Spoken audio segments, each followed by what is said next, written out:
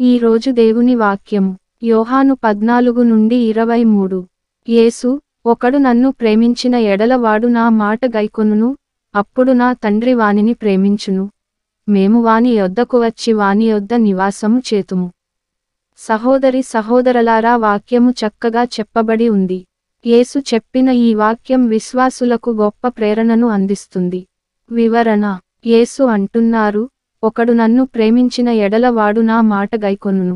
అంటే, దేవుని ప్రేమించేవారు ఆయన మాటలను అనుసరిస్తారు, ఆయన విధులను గౌరవిస్తారు. కేవలం మాటల్లోనే కాకుండా, మన జీవితాల్లో ఆయన ఉపదేశాలను పాటించాలి. దీనికి ఫలితంగా, నా తండ్రి వానిని ప్రేమించును, మేము వాని యొద్దకు వచ్చి వాని యొద్ద నివాసము చేతుము. అంటే, తండ్రి దేవుడు కూడా అతనిని ప్రేమిస్తాడు. అంతేకాదు, తండ్రి మరియు కుమారుడు కలిసి అతని హృదయంలో నివసిస్తారు. ఇది విశ్వాసుల కోసం గొప్ప ఆత్మీయ వరం. ఈ వాక్యం మనకిచ్చే ముఖ్యమైన సందేశం ఏమిటంటే, నిజమైన ప్రేమ అనేది పాటించడంలో ఉంటుంది.